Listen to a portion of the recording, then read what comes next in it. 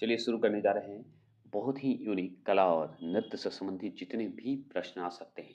यह अलग टॉपिक है, यूनिक टॉपिक है, इससे सवाल बनते ही हैं। 1 से 2 नंबर तो पक्का आता है। आप क्वेश्चन देख के समझ सकते हैं क्योंकि आप खुद टैलेंटेड हैं। तो चलिए आज इसका मॉक टेस्ट करवाता हूँ 50 प्रश्न, क्योंकि इसका वन लाइनर जो है मैं सोच रहा हूँ कि आगे मॉक टेस्ट करवा देता हूँ, फिर वन लाइनर करवा दूंगा, जो कि आसानी से आप कर सकते हैं। प्लेलिस्ट तो बना ही रहता है। तो चलिए शुरू करते हैं इसे पार्ट बाय पार्ट।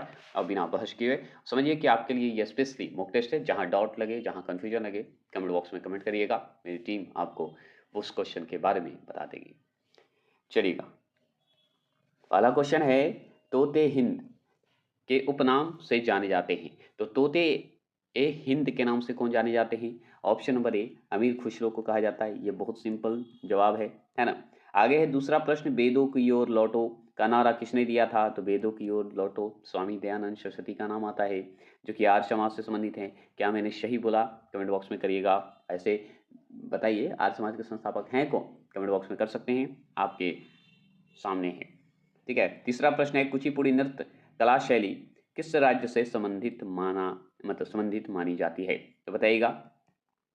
कुचिपुड़ी नृत्य आंध्र प्रदेश, आपको याद हो गया होगा। ऑप्शन नंबर सी, इसमें ज़्यादा डिटेल क्या। आगे चलेंगे, चौथे प्रश्न है, मॉक टेस्ट दे रहे हैं। वन लाइनर मैं पढ़ाऊंगा, तब उसमें बहुत अच्छे से फन के साथ डालूंगा वीडियो। यामिनी कृष्णमूर्ति का संबंध जो है किस शास्त्रीय नृत्य से है? ये सारे प्रीवियस ईयर क्वेश्चन है, ये भी जान लीजिए। तो देखिए, ये दो नृत्य से हैं। आगे तो कुचिपुड़ी से थी और भारतनाट्यम से। तो कुचिपुड़ी ऑप्शन में नहीं है, तो ऑप्शन नंबर ए भारतनाट्यम टिक लगा दीजिएगा, सही हो जाएगा। चलिएगा, पांचवा प्रश्न, रंगोली भारत के किस क्षेत्र की प्रमुख लोक कला शैली है? बताइएगा। रंगोली, तो रंगोली जैसे ही शब्द सुने होंगे तो एमएच महाराष्ट्र को याद करिएगा, वो सही लगाएंगे बी। चलिएगा, छठे प्रश्न की बात करते हैं। इकेवाना किसका जापानी जो है रूप है? तो इकेवाना जो है किसका है जापानी रूप? फूलों की सजावट से संबंधित है, जो कि ऑप्शन नंबर सी दिख रहा होगा। जो लगाएंगे वो सही लगाएंगे, है ना। चलिए, ये तो सही हो गया। सातवां प्रश्न बताएंगे। सातवां प्रश्न है, हिंदुस्तानी संगीत का सर्वाधिक प्राचीन घराना है, तो कौन सा सबसे प्राचीन है? तो आप एमपी चले जाइए, ग्वालियर चले जाइए, तो ग्वालियर घराना ही सबसे प्राचीन माना जाता है हिंदुस्तानी संगीत का। सातवां प्रश्न का जो ए लगाएंगे वो सही लगाएंगे। चलिए, आठवां प्रश्न। अब लीजिए, आठवां प्रश्न है, प्राचीनतम हिंदुस्तानी गायन शैली कौन सा है? घराना तो आप जान गए ग्वालियर, गायन कौन सा है? तो गजल। Option number A. क्या ये सही बोला? नहीं, गलत। ध्रुपद। ध्रुपद जो है ये प्राचीनतम हिंदुस्तानी गायन शैली है। याद रखिए, गजल टिक लगाने से गजल सही नहीं होता, क्योंकि गजल है लेकिन गजल वो हिंदुस्तानी गायन शैली नहीं है, ध्रुपद है। चलिएगा, नौवां प्रश्न की बात करें, सबसे प्राचीन वाद्य यंत्र निम्नलिखित में से कौन सा है? सबसे प्राचीन, याद रखिएगा, बताएंगे तो आप जानते ही हैं, अपनी सरस्वती जी को याद कीजिए और ऑप्शन नंबर डी वीणा लगा दीजिए, सही हो जाएगा। चलिए, 10वां प्रश्न की बात करते हैं। तो भारत में चित्रकला किसके समय में प्रसिद्ध के शिखर पर पहुंचा? बताइएगा। प्रसिद्धि ऐसे कहते हैं, प्रसिद्धि के शिखर पर पहुंचा, तो किसके समय में? तो आप जानते हैं चित्रकला की बात हो रही है, जहांगीर को भूलिएगा मत। 10वां प्रश्न का बी लगाएंगे, वो सही लगाएंगे। 11वां प्रश्न की बात करें तो बनी ठनी किस चित्र शैली से संबंधित है? बनी ठनी जो है एक चित्र शैली है, वो किससे संबंधित है? कौन सी शैली से संबंधित है? 11वां प्रश्न का जवाब देंगे तो ऑप्शन नंबर बी, किशनगढ़ शैली से संबंधित है। लीजिए, आ गया वेद व्यास से संबंधित प्रश्न। कैसे? देखिए, भागवत धर्म के प्रवर्तक निम्नलिखित में से कौन थे? तो देखिए, भागवत धर्म के प्रवर्तक पूछ रहा है, ठीक है। ऐसे वेद व्यास संबंधित होते, लेकिन अभी यहाँ पे भागवत धर्म के प्रवर्तक तो कौन थे? कृष्ण थे, और कौन थे? ये सब सवाल पूछ चुका है, ये भी, ये भूल मत कीजिएगा कि नहीं पूछा है ये सब। अब लीजिए, ये संख्या नहीं पूछा है क्या? पुराणों की कुल संख्या है, तो पुराणों की संख्या कितनी है? 18 है, आप अच्छे से जानते हैं, और ये बहुत बार पूछा है। चलिए आगे चलेंगे, इसका भी 10 प्रैक्टिस सेट है। इसके बाद हम खेल से संबंधित सारे मॉक टेस्ट करवाएंगे। इस तरह से छोटे छोटे मॉक टेस्ट हम करवा देंगे, जो कि कोई भी एग्जाम की तैयारी करते हो 100% रिजल्ट आएगा जीके जीएस में। 14 प्रश्न है, भारतीय दर्शन की आरंभिक विचारधारा है। क्या है विचारधारा? बताइएगा। भारतीय दर्शन की आरंभिक विचारधारा, शुरुआती विचारधारा की बात हो रहा है, तो ऑप्शन नंबर ए, संख्या दर्शन को कहते हैं आरंभिक, ठीक है। चलिएगा, 15वां प्रश्न है, अष्टांगिक मार्ग किस धर्म से संबंधित है? बताएंगे, बताइए। तो ऑप्शन नंबर बी, बौद्ध धर्म से संबंधित है। 16वां प्रश्न, ओणम किस राज्य का प्रमुख त्यौहार है? ओणम, तो ओणम तो जानते हैं, प्रमुख जो त्यौहार है वो केरल से संबंधित है, ठीक है। 17वां प्रश्न बताइए, पुरी में रथ यात्रा किसके सम्मान में निकाली जाती है? तो हम बहुत अच्छे से जानते हैं भगवान जगन्नाथ की, और भी भगवान है, सुभद्रा की भी होती है वहाँ, है ना? लेकिन हम जानेंगे देवी की, मतलब सुभद्रा की भी होती है, लेकिन यहाँ पे भगवान जगन्नाथ बहुत इंपॉर्टेंट है। आगे चलेंगे, 18वां प्रश्न है, सप्त रथ मंदिर कहाँ अवस्थित है? तो सप्त रथ मंदिर की अगर बात करें ना, तो महाबलीपुरम याद रखिएगा, साउथ तरफ है ना? उस जगह ये होता है, हमेशा होता है, मूवियों में भी इस्तेमाल किया गया है, बाहुबली में भी इस्तेमाल किया गया है। 19वां प्रश्न, श्रवण बेलगोला गोमतेश्वर की मूर्ति का निर्माण किसने कराया? कौन करवाया था? कौन राजा था भाई जो करवाया था? तो ऑप्शन नंबर डी, चामुंड राय ने करवाया था। कौन करवाए थे? चामुंड राय करवाए थे।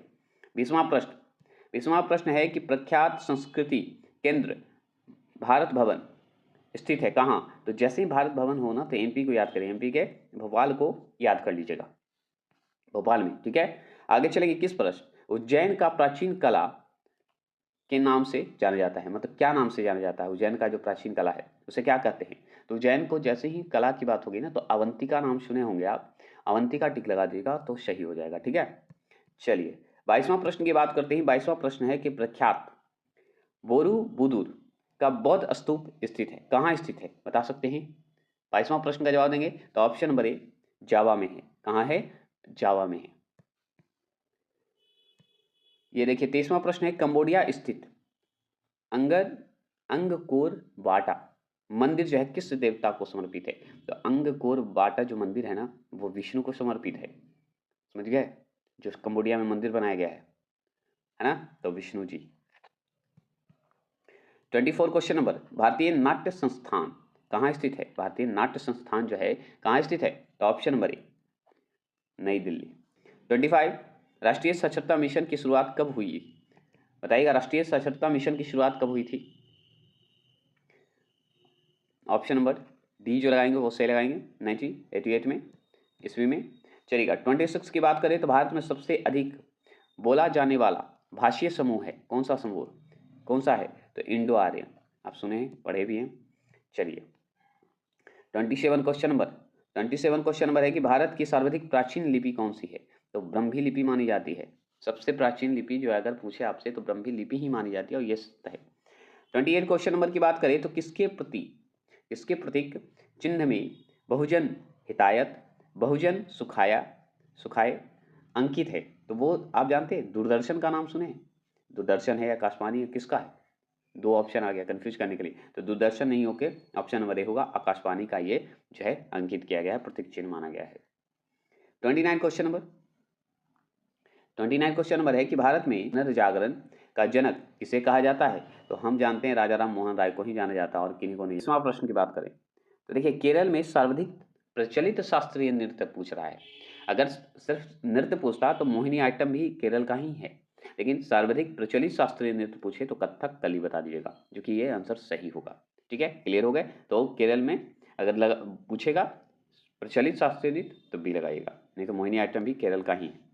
क्वेश्चन नंबर की बात करते हैं, 31वां प्रश्न की बात करेंगे तो देखिए, मात्र 16 वर्षीय आयु में किस नृत्यांगना रविन्द्रनाथ ठाकुर ने कथक सामग्री कहकर गौरवान्वित किया था? कौन बोले थे भाई? मतलब गुरुदेव रविन्द्रनाथ ठाकुर जो हैं किसको बोले थे? कौन थी ऐसी जो नृत्य की थी जिन्हें बोला गया था कथक सामग्री? तो यहाँ पे देखिए ऑप्शन नंबर ए जो लगाएंगे वो सही लगाएंगे, सितारा देवी को बोला गया था, ये सही आंसर है। आगे चलेंगे, 32 क्वेश्चन नंबर है कि फुलकारी लोक कला कहाँ प्रचलित है? फुलकारी कौन से राज्य में है, ये आपसे पूछना चाह रहा है। तो option number C, Haryana. Haryana नहीं रहे तो पंजाब रहेगा, तो आप दोनों टिक लगा दीजिएगा। अगर पूछे 33 प्रश्न, कर्नाटक संगीत का पितामह किसे कहा जाता है? तो कर्नाटक संगीत का पितामह अगर आपसे पूछते, डायरेक्टली पूछे आपसे, तो ऑप्शन नंबर बी, पुरंदर दास कहते हैं। याद रखिएगा, कर्नाटक संगीत का पितामह पूछा जा रहा है, पुरंदर दास को बोलते हैं। अब देखिए 34वां प्रश्न है, अल्लाह रखा किस वाद्य यंत्र से संबंधित है? तो अल्लाह रखा जो है तबला से संबंधित है, जो कि आप अच्छे से इनके बारे में पढ़ चुके हैं, है ना? जो नहीं पढ़े पढ़ लीजिए। 35वां प्रश्न है, निम्नलिखित में से कौन सा वाद्य यंत्र वायु द्वारा संचालित होता है? तो वायु द्वारा संचालित कौन सा होता है बता सकते हैं? 35 का आंसर का जवाब शहनाई वायु द्वारा संचालित होता है। ठीक है, 36 क्वेश्चन नंबर है कि मुगल कालीन शासकों में किस शासक के काल को चित्रकारी का स्वर्णकाल कहा जाता है? किसे कहा जाता है? 36, तो ऑप्शन नंबर बी, जहांगीर। ठीक है, चलिएगा 37 क्वेश्चन नंबर है कि जैन धर्म के वास्तविक संस्थापक किसे माना जाता है? तो जैन धर्म के वास्तविक संस्थापक माना जाता है ऑप्शन नंबर डी महावीर। ठीक है, चलिए 38 क्वेश्चन नंबर की बात करें, त्रिरत्न सिद्धांत, सम्यक धारण, सम्यक चरित्र, सम्यक ज्ञान किस धर्म की महिमा है, वह बताइए क्या है? तो ऑप्शन नंबर सी जैन धर्म। ठीक है, आगे चले 39 क्वेश्चन नंबर है कि शून्यवाद के प्रवर्तक कौन माने जाते हैं? तो शून्यवाद के प्रवर्तक जो माने जाते हैं वो माने जाते हैं ऑप्शन नंबर डी नागार्जुन, है ना। चलिए 40वां प्रश्न की बात करें तो युगादि नववर्ष जो है पर्व है, तो बताइए कहाँ का है? 41 ऑप्शन नंबर सी गुजरातियों का है ना। चलिए 41 क्वेश्चन नंबर बताएंगे। 41 क्वेश्चन नंबर देखकर आपको याद आ गया होगा, ब्लैक पैगोडा के नाम से कौन सा मंदिर प्रसिद्ध है? बताइएगा। कोणार्क का मंदिर याद आया होगा आपको, उड़ीसा में है ना, याद रखेंगे। 42 है मंदिरों की उत्तरी शैली किस नाम से जानी जाती है? बताइएगा।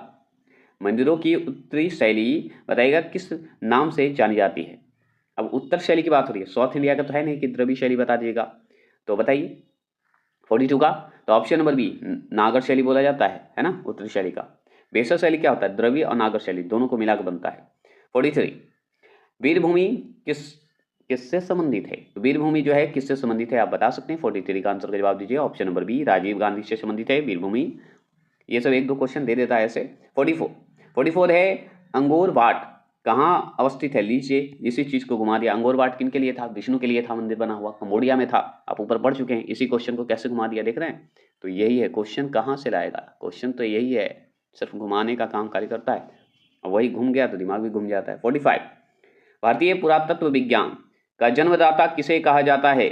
बताइएगा। भारतीय पुरातत्व विज्ञान के जन्मदाता बताएंगे किसे कहा जाता है? 45 का आंसर का जवाब देंगे तो option number C Alexander Cunningham है। ठीक है, 46 क्वेश्चन नंबर की बात करते हैं।